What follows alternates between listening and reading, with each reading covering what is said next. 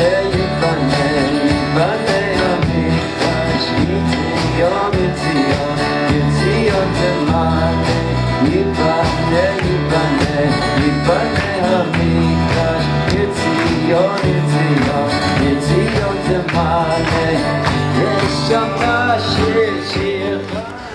hi everybody, it's good to see you, and thank you for coming. The shir tonight is dedicated for the Aliyot Neshamot of Binyamin Yisroel ben Shlomo HaLevy, the young man that we davened for over a year, Tzvia bas Dovid, and Reuven ben Yosef, and here the specific sponsor is a friend of mine from New York, Yosef Kalimi, and he also dedicates in honor of the Rav, but okay, whether deserving or not, but we appreciate all of the Hachzakas Torah of the people that have dedicated the Shiurim, and may our Divrei Torah be Le'iloi Nishmatam. In addition, Refuah Shlema, Baruch Hashem, there's no specific cholim that are mentioned, but as always, we pray and we daven and we learn for all of those who are ill, whether it's from corona or not corona, whether it's inoculated or uninoculated, and for any other chola, that all of the Torah should be a refuah shalema for all cholei Yisrael, and also a shmira for those who are still, Baruch Hashem, in a healthy state. I thought, given the fact that we are a few days before Chanuka, although we will also have, Mirz Hashem, as you just heard, a Chanuka shir, I'll talk a little bit about Chanuka tonight. The truth of the matter is I have a lot of stuff on Chanuka. I could probably give at least 5 classes on Chanuka, so I have to talk fast or whatever it is. So I certainly need at least 2 shiurim. So I'm going to speak tonight, and Mirz Hashem going to speak next week. Maybe even after Chanuka, talk about Chanuka. It's interesting that, in the United States, particularly among the less religious communities, the conservative or reform, there's actually a phenomenon that's known as the December dilemma, because Chanuka happens to coincide with a major Christian holiday, and therefore there are 2 different shitos in the reform movements how to deal with that. Some shitas are, you have to build up Chanuka to be as important as the Christian holiday, so our children shouldn't feel deprived. So you make Chanuka a real big deal, because that way our children do not feel they're being cheated. There's another shita that says, oh, wait a minute, Chanuka is not a Yom Tov. Of course, the Reform movement doesn't keep the real Yom Tov either, but Chanuka is not a Yom Tov. It's not Asher b'Melacha. It is a distortion of the Torah to build up Chanuka, or even rabbinic tradition, to build up Chanuka to be such a major holiday. So there's actually a counter-reaction to diminish the importance of Chanuka, and b'dafka make it not a big deal, because after all, we don't want to distort the priorities within the halachic system. Now, obviously, this is because people are debating how do you deal with the Christian holiday. If you're a religious Jew, you don't really think about that. Let the Christians have their holidays, and we have our holidays, and the twain don't have to meet in that way. But the truth of the matter is, Chanuka is an enormously important holiday, enormously beautiful holiday, a very meaningful holiday. The concept of light vanquishing darkness, the concept that even when the assimilation pressures are enormous, we can stand up for what is right, and Hashem will give us a Yeshua. It's a very meaningful message. And therefore it's true that technically it's not a Yom Tov. Technically there is no prohibition of work or whatever it would be, but the meaning of Chanuka is very relevant. The Maharal wrote a whole sefer, a very beautiful sefer on Chanuka. It's called Ner Mitzvah. It's not a big book, and I believe there are even some translations of it. It would be around 35 pages in Hebrew. Again, like everything the Maharal writes, it's not a simple book. But it's a book that one could look at and try to understand different things. And the main thing that the book talks about is the 4 exiles, that according to rabbinic tradition, based on Sefer Daniel and some other passages in Tanakh, the Jewish people are going to undergo 4 exiles until the coming of Mashiach. We have the exile of Babylonia that destroyed the Beis HaMikdash. And then Babylonia was conquered by the Persian Empire, and that's the story of Purim. And then Persia was eventually conquered by Alexander of Macedonia, Alexander the Great. and that created the Greek period, and that included the Chanuka story, and then eventually the Hasmonean dynasty, which was a Jewish kingdom, but nevertheless, Chazal actually counts it as part of the Greek because they themselves became Hellenists. We'll talk about the irony of that. And then finally, there is the Roman exile, which Chazal said would be the last exile until the coming of the Mashiach. And technically, we are actually in the Roman exile now, even though the Romans are long gone, and the Romans destroyed the Beis Hamikdash in the year 70. Why are we still in the Gullus of Esav? Because Rome is said to be connected to Esav, simply because Esav or Rome may be gone, but the Churban and the Gullus that they perpetuated are still here. So we're still in the Gullus of Edom. We've spoken a number of times, I'm not going to talk about it tonight, that according to Pirkei the Rebbe Eliezer, there's actually a fifth Gullus that'll be the final Gullus before Mashiach, and that is the Gullus of Yishmael, which are the Arab nations. And indeed, the Maharal himself explains that the fourth Gullus is the Gullus of Esav, but Yishmael will kind of augment Esav, and it'll actually refer to the two different trials that the Jewish people face before the coming of Mashiach. Esav represents Western civilization, right? That's the successor of Rome. Rome is essentially the foundation of Western civilization, which they got from Greece, but Rome is the one that packaged it and sent it throughout the world. So essentially, we get hit on both sides. We get hit with the hedonism and the decadence and the immorality of Western civilization, acknowledging the progress that it's made. And then we get hit with the religious fanaticism of Islamic fundamentalism, which is from Yishmael. So essentially, it's Esav and Yishmael that are hitting us at the same time, and that will be the final Gullus. But the Maharal is masber, putting aside Yishmael for a moment, that each of the four Goliot represents a distinct type of danger. The Gullus of Babel was servitude, enslavement, and persecution. What did the Babylonians do? They destroyed Nebuchadnezzar, destroyed the temple, conquered and enslaved the Jewish people. Right? So Gullus Babel is persecution and enslavement. We then come to Persia. Persia is genocide. Baruch Hashem, it was unsuccessful genocide, but Persia was Haman, who wanted to obliterate us. Of course, let me remind you that modern-day Persia is Iran, and Iran, remarkably, has a very similar agenda. So Paras represents the Gullus of potential obliteration and genocide. Yavan represents a very different type of Nisayon. Antiochus, in some crazy way, was not anti-Semitic. Antiochus was not going to discriminate against Jews. Jews were 100% welcome to full economic and social rights as long as they gave up the distinctiveness of their Torah and of their mitzvahs. Antiochus was very different than Haman. Haman is like Hitler. Hitler didn't care if you're religious or non-religious. In fact, Hitler actually didn't care if you were halakhically Jewish or not halakhically Jewish, because based on his definition of a Jew with 1/8 blood, many people were rounded up in concentration camps who weren't even halakhically Jewish, but they were Jewish enough for Hitler's purposes.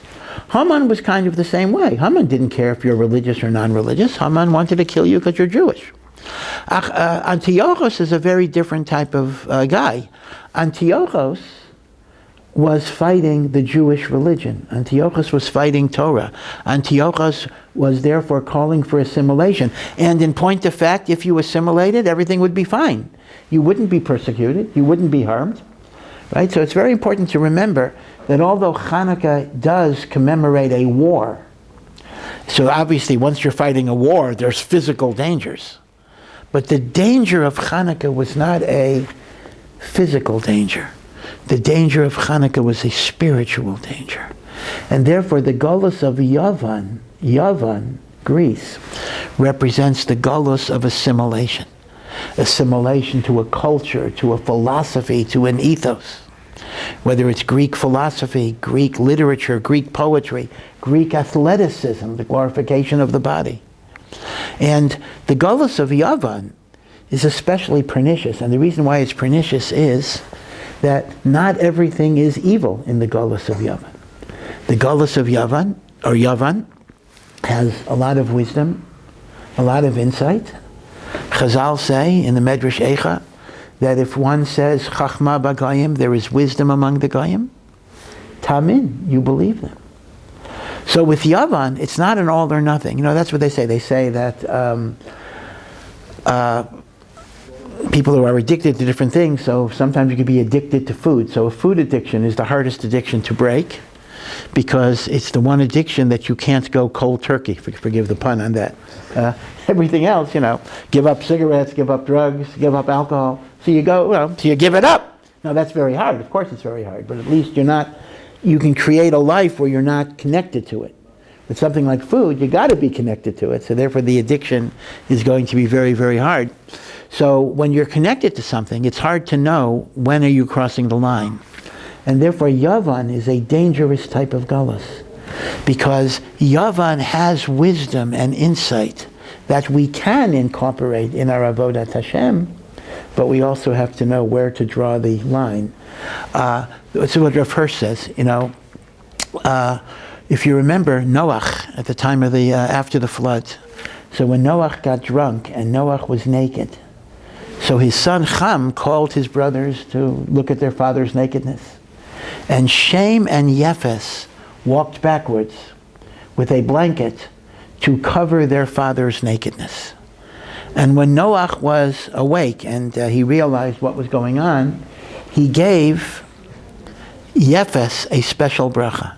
And he said, Yaft Elikim liyefes, it's a pun, may God give beauty to Yefes, Yafeh, Yaft Elikim liyefes, v'yishkon bi'olei Shem, and he should dwell in the tents of Shem. Now in English that sounds very bad, the tents of Shem, but Shem was Noach's son. Dwelling in the tents of Shem, I should say Shem is a bracha.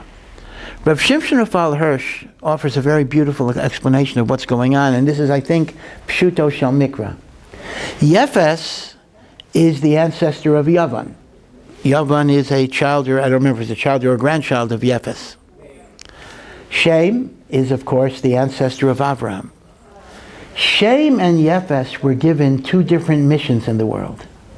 Shem was given the mission of teaching the world Kedusha, teaching the world about Hashem, teaching the world what you would call ethical monotheism. The idea of believing in HaKadosh Baruch Hu. Yefes was given the blessing of beauty in all of its different forms. Physical beauty, such as art and sculpture, and literature and poetry and music. Intellectual beauty, philosophy and mathematics. So Noach is saying the human race is given two missions in this world. There is the mission of spreading Hashem, and there is the mission of generating beauty. What Noach is saying is, I'm giving the bracha of beauty to Yefes, which was taken over by Yavan, but only if Yefes dwells in the tent of Shem. In other words, Yefes's beauty is beautiful when it is subordinated to the monotheism and the belief in God of Shem. So V'yishkan b'olei Shem, according to Rav Hirsch, is defining when is Yefes's beauty beautiful? Indeed, it's beautiful when it dwells in the tents of Shem. When it separates itself from Emunah in Hashem and becomes an autonomous, separate force, then it can become evil and destructive. Now, it is also true that making a statement of Yishkan B'olei Shem says it's legitimate to live within the tents of Shem, meaning we, as the descendants of Shem through Abraham, can bring this beauty into our houses. And that's what Chazal mean when they say, Chachma b'Goyim Tamin. If someone tells you there is wisdom among the nations. But you see, that creates the challenge of Golos Yavan. Because I'm connected to it, I draw from it, but I have to know how to integrate it with my service of Hashem and not allow myself to be drawn away. Now, so again, this is really the middle of a Maharal's thought with some elaborations. Bavel is the galus of persecution and enslavement. Paras is the galus of genocide and murder. Yavan is the galus of assimilation, where it's the ideas that entice us. Because remember, Antiochus, the truth of the matter is, although Antiochus tried to give death penalties for people, but the truth of the matter is, most of the Jewish people adopted his agenda without the coercion. There were some estimates, this is mamish hard to believe, that 90% of the Jews were Hellenized. They rejected the Torah. That the Maccabees were only, and their followers were only 10% of the Jewish nation.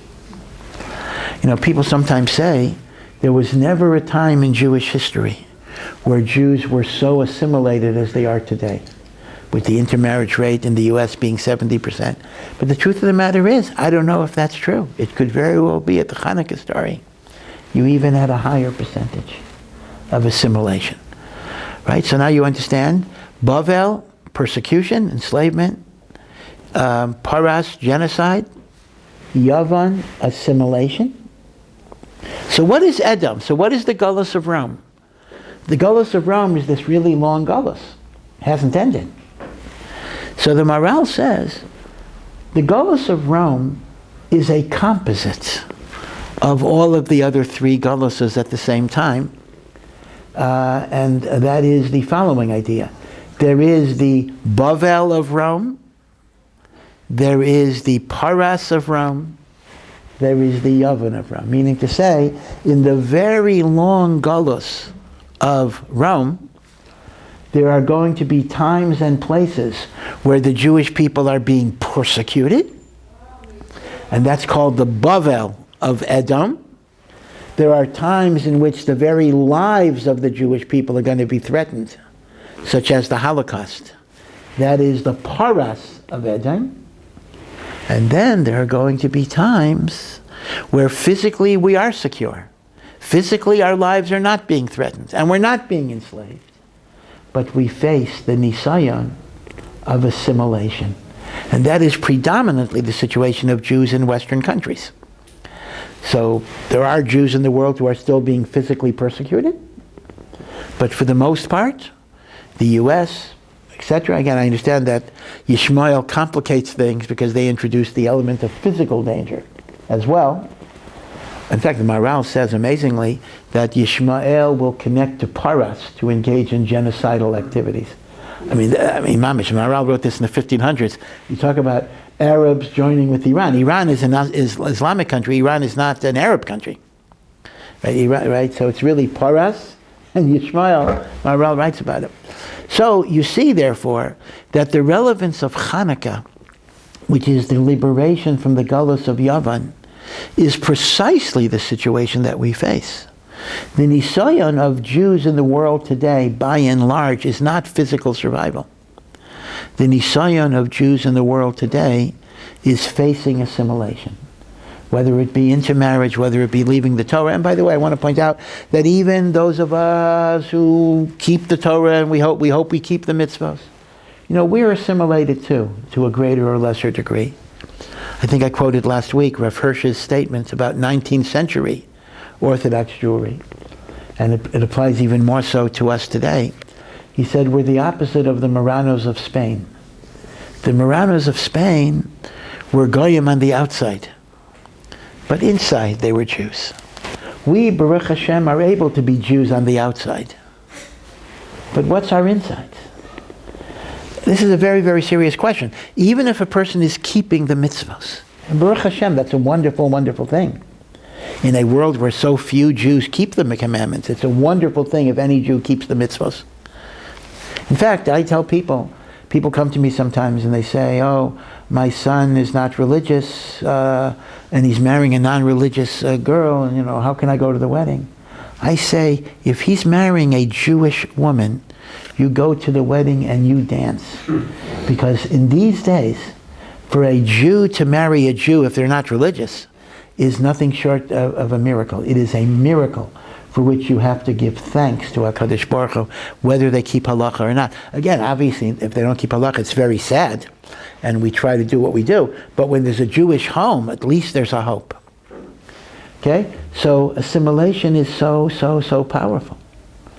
And even those of us who are religious, we fall prey to assimilation in terms of what is our value system, what is important in our lives, what gives us passion, what gives us geschmack. I think I mentioned to you, I don't want to repeat the whole story, that sometimes, I remember giving a daf yomi very late at night, or relatively late at night, and people were falling asleep. And in the middle of the shir, somebody came in and announced a Super Bowl score. So all of a sudden, see, if people ask me, how do I know there's resurrection of the dead? How do I know there's Tchiyas HaMesim? It says, I know, because I saw it. I know there's Tchiyas HaMesim. Because that shir night, there was Tchiyas HaMesim. Good. Now, as I say, I think I said it last week, okay, I don't want to put anyone down. The Super Bowl is not my Yetzer Hara, but there are other things that might excite me, politics or something like that. I might have the same reaction in some things. So all of that is also assimilation. Assimilation is not only I stop keeping the Torah. Even if I keep the Torah, I do so without passion. I do so without geschmack. So therefore, if we were to characterize what stage of galus are we facing in our day and age, so you put a label on it, it is the Yavan of Edom. We are in the galus of Esav, but our primary nisayon is the Yavan of Edom. Now, let me go back to even a more basic question. So again, it's very important. It's an obvious point, but it's important to keep this in perspective. Chanuka is not a celebration of a military victory. Chanuka is a celebration of the triumph of those who believed in Torah against all of the forces that tried to assimilate the Jewish people and take them away from the Torah. Look in the Al Hanisim prayer that we recite in the Shemona Esrei. Lahashkicham Torasacha, the Yevanim's goal was to make us forget the Torah. And Hashem gave us the strength and the courage to fight against those enemies and establish the primacy of Torah. It's very, very important. It is true that the Hasmonean established an independent Jewish state. That is 100% emes, that they did establish political autonomy. But the celebration of the victory was because of the spiritual primacy of Torah that was reestablished. Now, because of this, Hanukkah has a very ironic twist. In a way, it's a very tragic twist. And that is, the Hasmonean established a Jewish state. Right? They liberated themselves from the rule of Antiochus. Of course, Antiochus was kind of dead by the time they won, because again, the Chanuka miracle of the candles occurred in the beginning of a war, but the war continued for a number of years. But eventually what happened was the Hasmonean established a Jewish state. They liberated themselves from the Yevanim, and they created a malchus. They created a monarchy that lasted for around 150 years until the Romans came in. And this is the Hasmonean state. You might remember a book by George Orwell called Animal Farm. Now, Animal Farm is actually a parody of the Russian Revolution, right? Because the Russian Revolution wanted to overthrow the Tsar, create liberty, create freedom, create equality. And of course, what happened with the Russian Revolution was that Lenin and certainly Stalin were really not much of an improvement over the Tsar. And what happens in revolutions is that the revolutionaries often become the very enemy they try to destroy. This, of course, happened in the French Revolution. Robespierre was no improvement over Louis the 14th or 15th, whichever one it was. Pol Pot, who murdered millions and millions and millions of people in Cambodia, certainly was not a beacon of liberty and freedom for the oppressed. And the conceit, the imagery in Orwell's little novel was that the animals rebelled against the oppressive owners, and eventually some of the animals became domineering and oppressive. Tragically, this is exactly what happened in the Hasmonean monarchy. An amazing, amazing thing. The Hasmonean rebelled against Yavan, against Hellenism, against assimilation, against movements that tried to take people away from Torah. And remember, most of the Jewish people thought the Hasmonean were crazy. They were not supported by their people. They were treated as fanatics, etc. So the whole purpose of the Chanuka War, which lasted for more than 20 years, was to overthrow that assimilation and to liberate Torah Jews from Hellenism. And the initial Hasmoneans were righteous. The Maccabees who fought in that war, they were righteous people. But what happened to their descendants? Their descendants became the very enemy that they had overthrown. They became Hellenists. They became advocates of Greek culture. They became persecutors of the sages, including killing many of the Chachamim. In fact, this may be a support for feminism. The only bright light in the 200 years of Hasmonean rule, or 150 years, was a brief period of time when a woman was in charge of the Jewish state. This was Tzvia Hamalka, and she created a golden age where Torah was respected and the Chachamim were built up. Unfortunately, she became the ruler at a relatively advanced age after her husband Yanai HaMelech died. Yanai was a Russia. She was married to her. When Yanai died, she took over, and that was the golden age. I think it lasted for less than 10 years. Then she died, and her sons took over, and her sons, unfortunately, followed their father's ways rather than their mother's ways. So although it's so interesting that there are many, many halachic issues, is a woman allowed to assume the powers of head of state, machlokas, but I want to say, the Chachamim didn't want to discuss, it's funny, they didn't want to discuss it because she was so good in every possible way that they kind of felt, listen, better to have a righteous woman, even if it's halachically questionable, than to have men who were evil and perverted and were doing bad things. So Tzvia Hamalka is considered to be a very, very respected figure. Her Greek name was Salome Alexandra. That was her Greek name, but Tzvia Hamalka was her Jewish name. Her brother was the head of the Sanhedrin, Shimon ben Shetach, and her brother had to go into hiding during the reign of Yanai HaMelech. Yanai HaMelech wanted to kill him, and Tzvia Hamalka brought him out of hiding, and she enabled him to reconstitute the Sanhedrin and follow.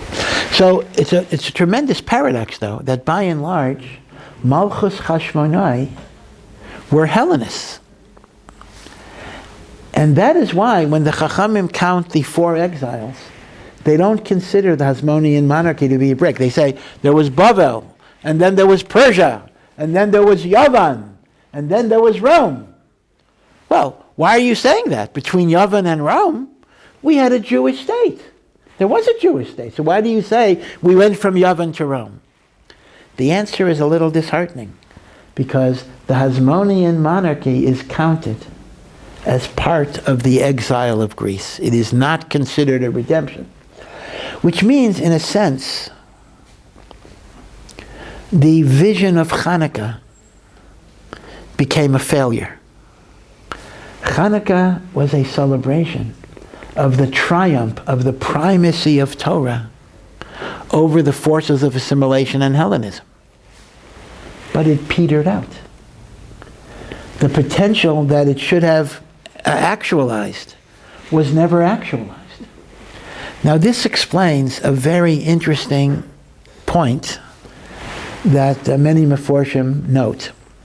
And that is, you look at the Mishnah. The Mishnah was composed around the year 200 of the Common Era. Now during Roman times, more than 300 years after the Chanuka story. Right? So Chanuka was already a festival. In the Mishnah, there are discussions of Purim. We have a whole tractate on the celebration of Purim. This is Masechet Megillah. But Chanuka is barely mentioned in the Mishnah at all.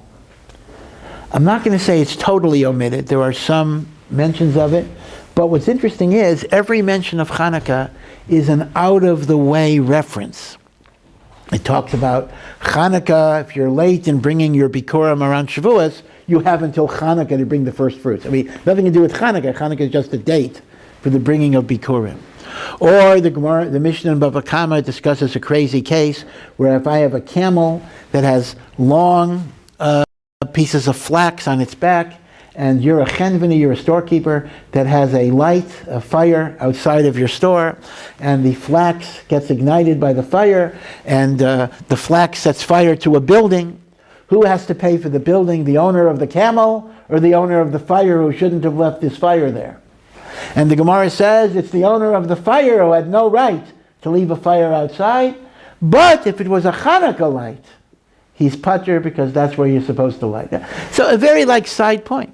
Why is Chanuka so de-emphasized in the Mishnah? It's almost as if we don't really celebrate it that much. Why is that so? So I'll give you two reasons. One reason might be a matter of political correctness, and that is the following. The Mishnah was written at a time when Jews were dominated by the Romans, who had mercilessly destroyed the temple in the year 70, and then the Bar Kokhba revolt in 135 was even worse. So the Romans are looking at the Jews as kind of a rebellious people that have to be submerged. Now, we light Hanukkah candles, and the Roman guy asks, why are you lighting those Hanukkah candles? He says, oh, this is celebrating the overthrow of foreign domination over the Jews in Eretz Yisrael. That's kind of a dangerous thing to say.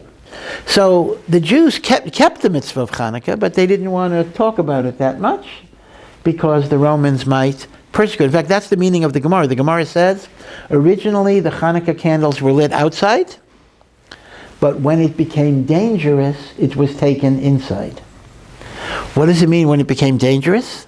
Dangerous because the Romans would interpret it as a call to insurrection. By the way, the machlokas today, la halacha, do you light outside like many people do in Yerushalayim, or do you light inside, is actually a machlokas how to interpret the Gemara. The Gemara clearly says the original halacha was outside, and because of sakana, they said move it inside. So the question is, was that a permanent change or was that a temporary change? Those who light outside say the halacha of lighting outside is always there. It got suspended when it's dangerous to do it outside. When it's no longer dangerous, you got to go back to the original way. And that's the minhag mainly in Yerushalayim, where people light outside. The other interpretation is, once the sages changed it from outside to inside, it remains. So I'm not here to paskin. Whatever your minhag is, there is halachic source for it. So one reason why the Mishnah doesn't mention Hanukkah is because Hanukkah is a dangerous holiday to mention in connection with the Romans. But the other reason is that Rav Yehuda Hanasi, the author of the Mishnah, in retrospect, sees Hanukkah as a bit of a failure, because all of the dreams that the Hasmonean wanted to accomplish turned out to be up in smoke. Every single thing. The independent Jewish state, we lost that with the Romans. A Jewish monarchy, we lost it.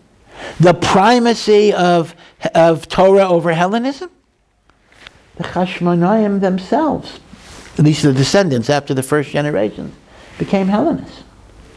So as a result, what is it to celebrate? Now, this explains another very interesting dichotomy, and that is, there is what you might call Chanuka version 1, and there is what you might call Chanuka version 2. 1.0 and 2.0. The significance of Chanuka underwent redefinition with the passage of time. We have a historical record of the whole Hanukkah story in much, much more detail than probably you would be interested in. And that is, we have something called Sefer HaMaccabim, the Book of the Maccabees. Now, what is the Book of the Maccabees called Sefer HaMaccabim? This is in the Apocrypha, meaning this is not part of Tanakh. This is what is called Sfarim Chitzonim. We do not consider Sefer HaMaccabim to be holy. It is not a product of Ruach HaKodesh or divine inspiration, because the age of prophecy already stopped. But just because it is not a holy book does not mean it is not a reliable book. The Rishonim commentaries like Rashi will quote from the Sefer HaMaccabim because it is a more or less contemporaneous history of the Hanukkah story. Now, it doesn't just give you the little story about the Beis HaMikdash, it gives you every single battle over 20 years fought against Antiochus and the successors of Antiochus. In fact, if you're interested in military history, which many people are not, it actually gives you a battle by battle by battle by battle account. And I think I once heard years ago that in West Point and in other military academies, they look at the Book of the Maccabees for military strategy. And I'll tell you why it's so relevant. Because here you have the Greek Empire of Antiochus, the really Syrian Greek Empire, the Seleucus Empire, which is the most powerful empire in the world at the time.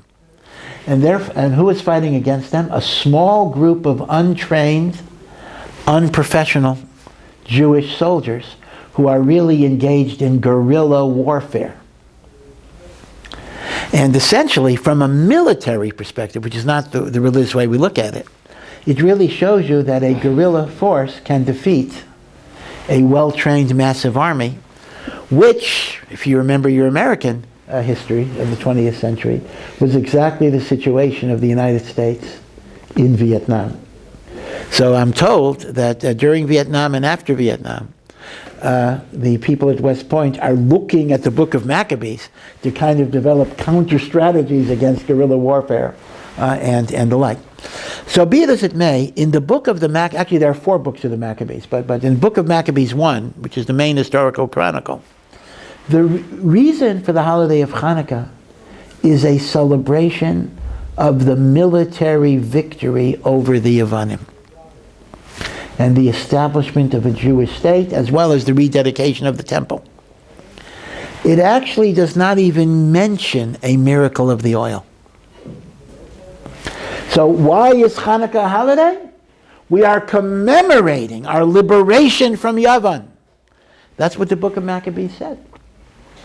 And yet, when you look in the Gemara in Masechah Shabbos, the emphasis of Hanukkah as a holiday is to commemorate the miracle of the oil that was only supposed to burn 1 day, and it burnt 8 days.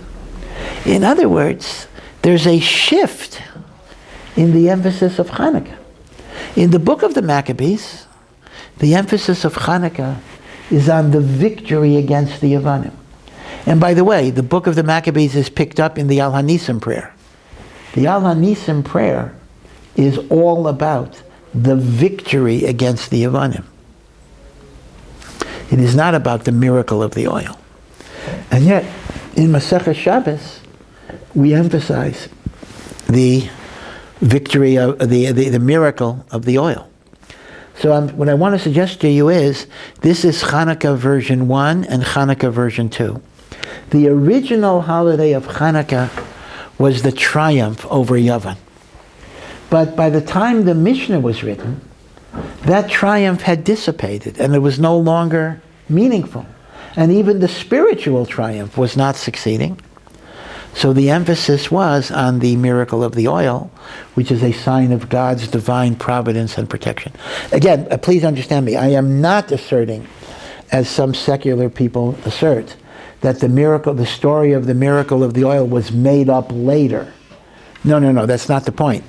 There was, of course, the miracle of the oil. Nobody is questioning that. But that wasn't the reason for the holiday. They did not make a holiday because of the miracle of the oil. They made the holiday because of the victory over Yavan. But later, the victory receded in its importance, because of the betrayal of the Hasmoneans, and therefore the miracle of the oil became front and center, the dominant emphasis of Hanukkah. So that's really the idea of Hanukkah underwent a redefinition of what is, and in fact, if you think about it, the word Hanukkah means dedication. Really, it was a celebration of the dedication of the Beis HaMikdash. It was not necessarily connected to the lighting of the candles. That became dominant much later. And in fact, this also answers, the book of the Maccabees actually also answers what is one of the most famous questions. It is the most famous question about Hanukkah, and it's one of the most famous questions in Judaism generally. And that is, everybody asks the question. This question is asked by Rav Yosef Karo. If the reason we have a holiday of Hanukkah is because we only found enough oil for one day, and a miracle happened and it burned for 8 days, so Hanukkah should only be 7 days, because the miracle is only 7 days. It's not 8 days. Why is Hanukkah 8 days? So I'll tell you, there are at least 500 answers to this question, because I have a sefer that has 500 answers to this question. Now, Lamaisa, they do cheat. I mean, they kind of, because some answers are virtually identical with one like tiny little thing. I would not call it separate answers, but at least there's 100 good separate answers at least, even with all of the combination that you should make. But I want to point out that sometimes historical analysis can give you a good answer, because if you look in the book of the Maccabees, and remember, the book of the Maccabees does not mention the miracle of the oil. The book of the Maccabees mentions the rededication of the Beis HaMikdash. And it says, just as the Mishkan of Moshe in the Torah was dedicated over an 8-day period, they wanted to dedicate the Beis HaMikdash for 8 days. In other words, the book of the Maccabees is beautiful in this connection. The 8 days of Hanukkah, in its inception, were not because of the miracle of the oil. The 8 days of Hanukkah was the dedication ceremony of the Beis HaMikdash, to be modeled after the dedication of Moshe. So again, as I say, this is a beautiful, simple answer to Rav Yosef Karo's question. And of course, that's why the day is called Chanuka, the dedication of the Beis HaMikdash. So now, though, I just want to add a little something of my own to this. And that is, okay, Moshe Rabbeinu's dedication of the Mishkan was 8 days. That's in the Chumash. But Shlomo HaMelech's dedication of the first Beis HaMikdash was 14 days. That's in the book of Malachim. So, if the Maccabees and the Hasmonean are rededicating the Bayit Sheni, why are they following the 8 days of Moshe? Why don't they follow the 14 days of Shlomo? Why are they looking at the Mishkan as the model? So I would suggest an answer based on a Medrash Pesikta. The Medrash Pesikta tells us that when Bezalel was constructing the Mishkan in the Midbar, he actually finished its construction in Kislev. And the Mishkan should have been dedicated in Kislev. But Hashem told Moshe, I want to delay it until Nisan, because Nisan is the month of redemption and the month of the birth of Yitzchak. So I want to connect it to the Avos. So the month of Kislev, whatever this means exactly, felt bad. The month of Kislev felt it was cheated.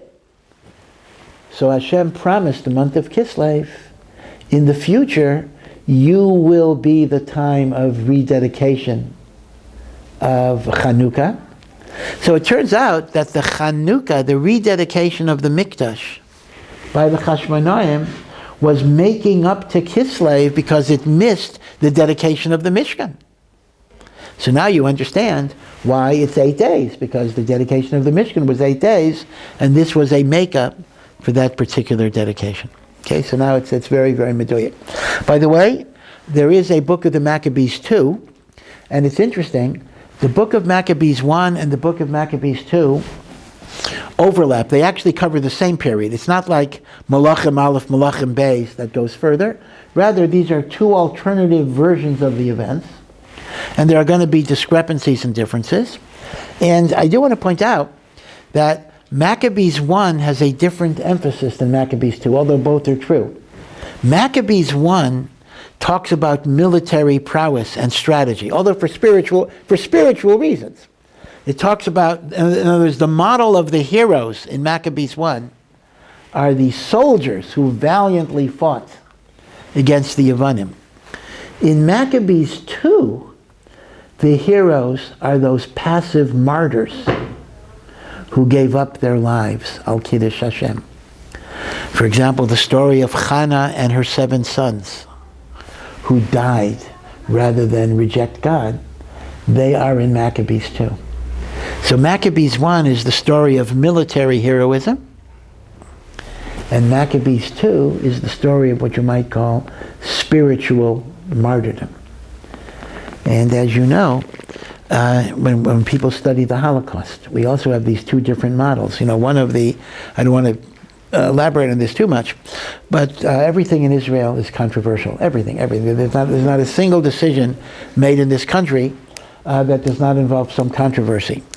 And Yom HaShoah, Holocaust Memorial Day, is actually controversial. I think less so today than it was, but certainly back in 1948 or whenever they adopted it as Yom HaShoah, it created a lot of controversy. Let me explain why. The minor controversy is that it's the month of Nisan, and the month of Nisan you're not supposed to have sad days. Okay, I mean that is a halachic issue. All right, but some people care about halacha, some people don't. But there's a deeper controversy, and that is, why was that date in Nisan chosen to be Yom HaShoah? Because it is the date that commemorates the fall of the Warsaw Ghetto. And you have to understand, in the early years of the State of Israel, which were right after the Holocaust, there were some Zionists who were ashamed of the Jews who went like sheep to the slaughter. They looked down at those Jews. They said, why didn't you fight? Why didn't you, attack the Nazis? Why did you go passively? And they talked about the fact, wow, that's the gullus mentality. That's the old-fashioned Jew of Europe. But we are the new Jew, that we stress heroism. We stress self-sufficiency. We stress bravery and courage. So we don't want to glorify or even commemorate the Jews who went like sheep to the slaughter. But we will commemorate those people who did fight back. Namely, of course, the brave people in the Warsaw Ghetto. Now, there's no question that obviously the Jews who fought in the Warsaw Ghetto were great and worthy, and they deserve to be commemorated. But for a lot of Holocaust survivors, the decision to emphasize the military heroism, along with the rhetoric that those who gave their lives without fighting were like sheep, was actually very, very deeply hurtful. It was hurtful. It hurt them. It basically delegitimized them. So as a result, the issue of the Warsaw Ghetto being the day that you commemorate hurt a lot of people. Again, unfortunately, the number of Holocaust survivors that are still alive are getting smaller every day. There aren't that many around now. But in the 1950s, this was a very, very powerful controversy, especially when you connect it to the Zionist vision that the Golos Yid was like a sheep going to the slaughter, and we have to be a new type of Jew, and we have to be strong, and we have to be self-sufficient, and we should not emulate or even admire those Jews of passive resistance. Well, I would suggest that the same controversy that we had in the 1950s about Yom HaShoah may have been a controversy between the authors, anonymous authors, of Maccabees 1 and Maccabees 2. Maccabees 1 emphasizes military heroism, and Maccabees 2 emphasizes spiritual martyrdom. But I want to point out, both books, it's important to remember this, both books are positing that this was a spiritual struggle. Okay, both of them have a common denominator, that the fight was against assimilation and Hellenism. Maccabees 1 does not displace the spiritual purpose of the war. Okay, don't misunderstand that. However, who is the fighter that you want to admire? In Maccabees 1, it is the soldier, and in Maccabees 2, it is the martyr. And again, I find it very, very fascinating that that is exactly the controversy in Yom HaShoah. Now, as far as I'm concerned, this should not be an either-or proposition. I think all the different ways of resistance against evil deserve our admiration and certainly deserve our compassion, whether it was the people who actively fought or whether it was the people who were not able to fight. They didn't have the resources, but they went to their death with dignity and emunah and faith in Hashem. They too are deserving. So it shouldn't really be, like, as I say, everything in Israel tends to become binary thinking. It's either this or it's this. When in reality, the truth of the matter is it's both. And one does not exclude the other. But, so that's one difference in Maccabees One and Maccabees Two. That's very, very interesting, I think. There's another interesting difference. And that is, where do you get the 8 days of Hanukkah? The common denominator between the two books is neither book mentions the miracle of the oil as the reason for Hanukkah. Neither book mentions it. So, in Maccabees 1, the reason for the 8 days is the dedication of the Beis HaMikdash that took 8 days, just like the Mishkan of Moshe. That's Maccabees 1. Maccabees 2 gives another reason that's kind of crazy. It says that since the Yevanim were in control of the Beis HaMikdash for 3 years, by the way, I mean, we don't realize this, the Yevanim controlled the Beis HaMikdash for 3 years. During those 3 years, they desecrated it by building idols in the temple. They sacrificed pigs on the Mizbeach to the idols. They had houses of prostitution on the temple grounds. They desecrated, they violated the Beis HaMikdash for 3 years. By the way, the 3 years literally run from the 25th of Kislev to the 25th of Kislev, meaning the day that Antiochus' soldiers got control of the Beis HaMikdash was the 25th of Kislev. 3 years to the day is when the Beis HaMikdash was liberated. So, at one point, the 25th of Kislev was not a happy day. The 25th of Kislev was like a Tisha B'Av. But Baruch Hashem, 3 years later. So for those 3 years, the Beis HaMikdash was desecrated. It was violated. And then the Hasmonean were able to redeem it. They were able to liberate it. So it turns out that for those 3 years, the Jewish people were not able to keep the Shalosh Regalim. They were not able to go Pesach, Shavuot, Sukkot. So the last pilgrimage festival that they missed was Sukkot. Now Sukkot is, Sukkot, right after Sukkot is a holiday called Shmini Atzeres. So Sukkot is essentially an 8-day Chag. I mean, technically the 8th day is not Sukkot, but it's Sukkot, Shmini Atzeres. So Chanuka was enacted, says Maccabees 2, as a replacement, just like Pesach had a Pesach Sheni. So they made Chanuka to be a substitute for Sukkot, and therefore they made it 8 days, just like Sukkot and Shmini Atzeres is 8 days.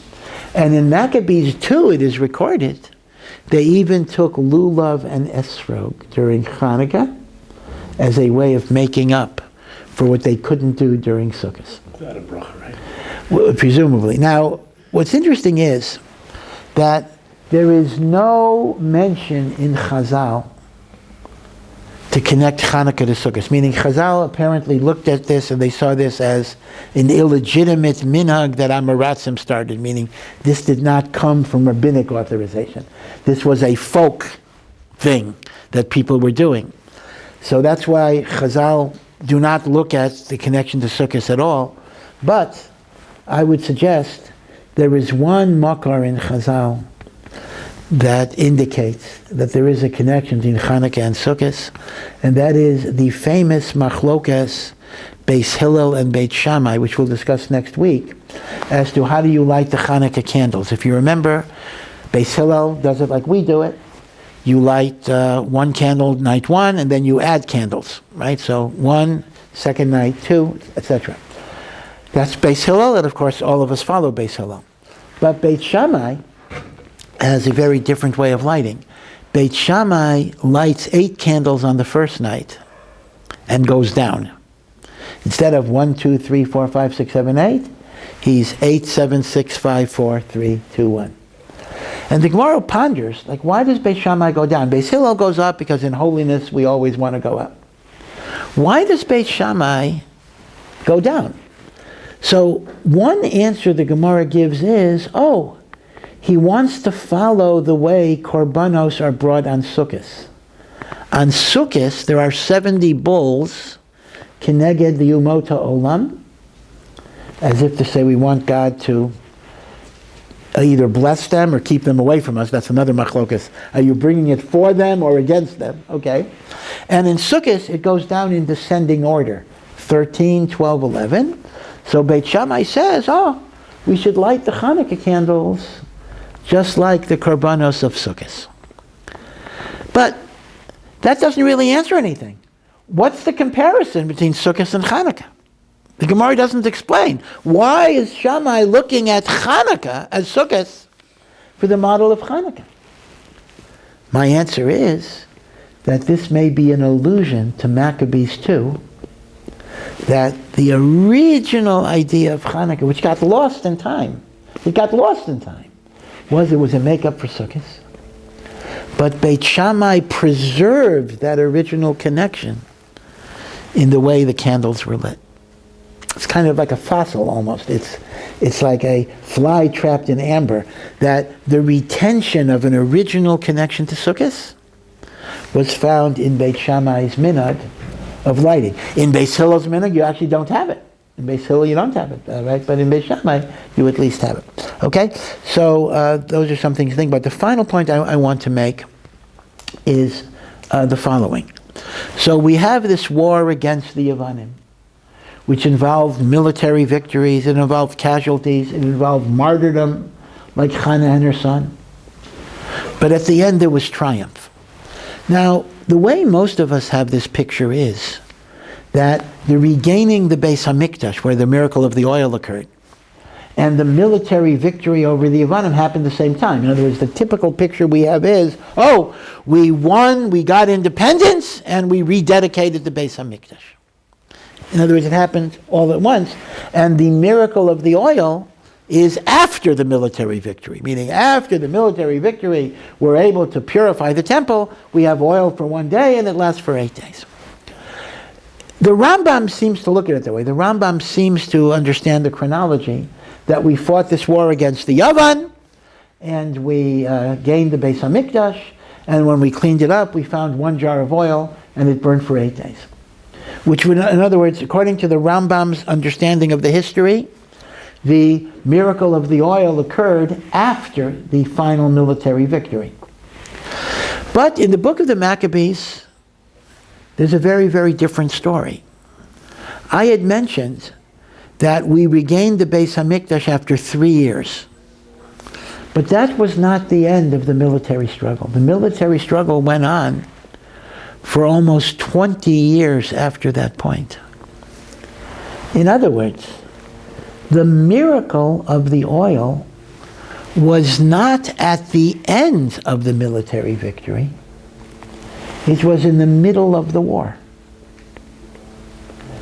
Now, you may say, okay, so what? Why is that important?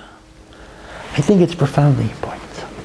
Because essentially, let's look, if you were a Maccabee, you were a Hasmonean, and you're fighting the greatest, most powerful army in the world, and you don't have the support of even your fellow Jews who think you're crazy. They think you're fanatic. You know, they'll say to you, why can't you be a modern first century Jew? Right? Like people, obviously that's not the language that's not the language that they used. And you look at the struggle in front of you, and it seems so hopeless, impossible. What's the point of going on? One could imagine, if I'm a Maccabee, right, what are the chances I'm going to do anything? So what does Hashem do in the middle of the war? He shows them a jar of oil that only has the power to burn for 1 day. And we light it. And it burns for 8 days. What is Hashem telling the Jewish people? You think your efforts are ineffectual. You think your efforts are useless. You think that your efforts cannot possibly produce victory. I'm going to show you a miracle that shows you, if you do what you can, you light the little bit that you're able to light, Hashem will bless your efforts beyond what you think is possible. Now, if this would have been at the end of the war, that would have been a nice frosting on the cake. But in the beginning of the struggle, imagine the message that that's communicating. It's telling the beleaguered Hasmonean, don't give up. Keep fighting. Keep struggling. And that is why Hanukkah is really such a profoundly beautiful holiday. Because that's the life that we have. You know, we live in a world of darkness on so many levels. Ignorance, assimilation, persecution. There's also the darkness of people's personal problems, the darkness of depression, despair, illness. And a person often feels they want to give up. What's the use? What can I accomplish? Hanukkah says, don't give up. Light the light that you can, even if you think it's insignificant, even if you think it's not going to last, even if you think, what's the use of doing something that will last only a short time and then disappear? What is the purpose of that? Hanukkah says you never know what Hashem will do with your puny efforts and turn them into something beautiful. And that's why, to me, it's a very powerful idea that we got that message in the beginning, or at least towards the beginning, of a protracted struggle. Because that was the message that gave them the courage to go on. You see, if it would have just been after the fact, it would have been just like another nice thing that God did for them. But to get it in the middle of the war, that's exactly the message they need. Don't give up the fight against the darkness. So I want to wish everybody a Freilich Hanukkah. May it be a Hanukkah of light and joy and geula. And Hashem, we'll talk more about it next week.